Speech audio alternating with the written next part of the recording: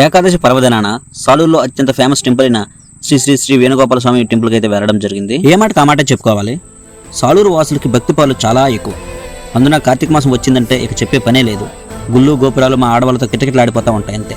ఈరోజు special day కావడం వల్ల జనం అయితే బారులు తీరారు. కానీ ఒక్కటే ఇబ్బంది, ఉపవాసం చేయొచ్చు, కానీ ఇలా గుడికి వచ్చేటప్పుడైనా కాస్తైనా నీరు తీసుకోవాలి. పెద్దలు కూడా అదే చెప్తున్నారు.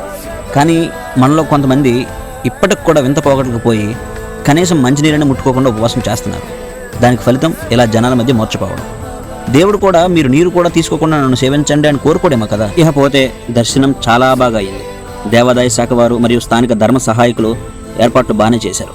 ప్రాంగణం మొత్తం గోవింద నామస్మరణతో దద్దరిల్లిపోయింది. నిత్యం ఉరుకుల పరుగుల జీవితంలో మురిగిపోయిన వారికి, లేదా సెల్ ఫోన్ అనే భూతంలో మురిగిపోతున్న వాళ్ళకి ఇలా అప్పుడప్పుడు గుడ్లు గోపులాలకు తిరగడం వల్ల జీవితానికి కావలసిన నూతన ఉత్తేజం లభిస్తుందని నా పర్సనల్ ఒపీనియన్. మీరేమంటారు?